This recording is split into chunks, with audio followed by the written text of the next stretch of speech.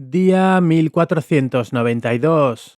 Hoy traemos novedades importantes procedentes del frente de Kupiansk. Aquí la batalla por Kupiansk ha llegado a su desenlace decisivo, ya que las fuerzas ucranianas se propusieron romper los últimos focos de resistencia rusa. Los rusos se vieron atacados por todos los flancos y tras meses de brutal combate urbano, fue necesario el colapso de sus últimas posiciones defensivas para que Kupiansk quedara finalmente liberada. Dado que los ucranianos ya habían tenido mucho éxito en su ofensiva, las fuerzas rusas intentaron restablecer un punto de apoyo mediante tácticas de infiltración. Sin embargo, las unidades ucranianas ya habían bloqueado las principales rutas de suministro y acceso a la ciudad, convirtiendo Kupiansk en un campo de batalla cerrado donde cualquier movimiento podía ser detectado y atacado. Los soldados rusos se vieron obligados a utilizar métodos de infiltración improvisados, como desplazarse a través de tuberías subterráneas vacías. Pero como los rusos ya lo habían intentado varias veces antes en esta dirección, los ucranianos anticiparon perfectamente la acción. Se prepararon emboscadas y muchas de las tropas infiltradas fueron eliminadas antes incluso de llegar a Kupiansk.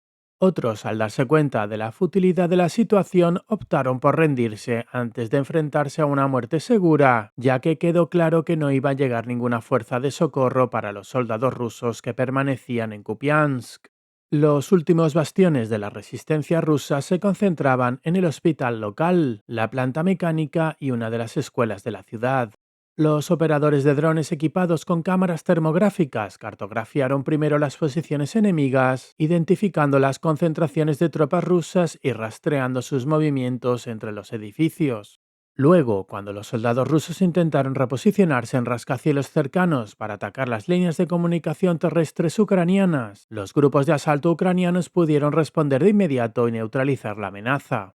Los drones FPV atacaron posiciones en los sótanos, obligando a los defensores a salir a zonas expuestas, mientras las tropas terrestres avanzaban con explosivos más potentes para neutralizar la resistencia. Esta combinación de precisión aérea y asalto terrestre atrapó a muchos combatientes rusos en el interior, donde fueron asesinados o capturados. Tras asegurar los rascacielos, los rusos quedaron totalmente aislados en sus bastiones de los complejos industriales y educativos, mientras los ucranianos seguían avanzando. Se provocaron incendios deliberadamente para expulsar a los defensores atrincherados, creando el caos y obligando a las tropas rusas a salir al descubierto. La mayoría murieron, pero varios se rindieron bajo la presión y los soldados ucranianos documentaron las armas y el personal capturados. La última posición y la más fuertemente defendida seguía siendo el hospital del distrito y dos edificios de apartamentos, que se habían convertido en el último bastión. La vigilancia con drones reveló que las tropas rusas buscaban suministros médicos mientras intentaban mantener posiciones defensivas de apoyo desde los rascacielos. Las fuerzas ucranianas respondieron desplegando francotiradores con óptica térmica en estructuras adyacentes, eliminando sistemáticamente cualquier movimiento detectado en los pisos superiores de los edificios de apartamentos defensivos exteriores.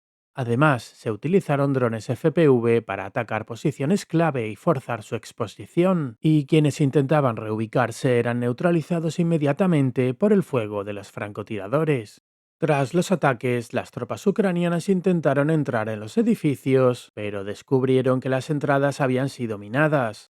En lugar de arriesgarse a sufrir bajas innecesarias, los comandantes ordenaron utilizar más de 100 kilogramos de explosivos para abrir brechas y destruir secciones clave de la estructura. A esto le siguieron ataques coordinados de artillería y aéreos que redujeron el complejo hospitalario a ruinas aisladas. Incluso entonces las imágenes de los drones revelaron que los soldados rusos supervivientes intentaban recoger nieve para obtener agua, lo que ponía de manifiesto la desesperación de su situación. Se ordenó a los equipos de asalto ucranianos que avanzaran sector por sector, despejando las ruinas restantes en combates cuerpo a cuerpo hasta eliminar toda la resistencia. Tras la destrucción de estos últimos bastiones, los equipos de búsqueda y destrucción barrieron sistemáticamente la ciudad. Utilizando drones con imágenes térmicas, identificaron sótanos y refugios ocultos donde permanecían soldados rusos aislados, cortados del mundo y sin capacidad para plantear ninguna amenaza ofensiva. Aún así, había que ocuparse de ellos. La resistencia se fue reduciendo rápidamente. Un soldado ruso se puso en contacto con las fuerzas ucranianas a través de la iniciativa Quiero Vivir, afirmando que llevaba meses abandonado y sin reabastecimiento, tras lo cual fue rescatado sano y salvo como prisionero de guerra. Cuando Kupiansk fue finalmente liberada y todos los rusos habían sido eliminados o hechos prisioneros de guerra, los analistas militares rusos admitieron abiertamente el fracaso, describiendo cómo los últimos defensores fueron finalmente aniquilados tras resistir durante más de 100 días un cerco total.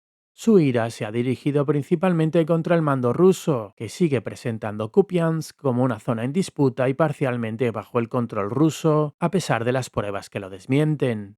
Algunos críticos han llegado incluso a pedir la destitución de los generales de alto rango, acusándolos de abandonar a las tropas y de tergiversar deliberadamente la situación sobre el terreno. En resumen, tras eliminar la última resistencia y despejar todos los reductos restantes, Kupiansk se encuentra ahora totalmente liberada y bajo el control ucraniano. La batalla supone una victoria tanto táctica como simbólica, que pone de manifiesto el colapso de la coherencia operativa rusa en la zona y obliga incluso a las voces prorrusas a reconocer la magnitud de la derrota. Si deseas explorar otras noticias importantes de hoy que no hemos podido cubrir en este vídeo, no olvides visitar nuestro mapa interactivo de noticias. El enlace a nuestro mapa interactivo se encuentra en la descripción a continuación. Gracias por ver esta actualización y un agradecimiento especial a todos los que ya siguen nuestro mapa interactivo.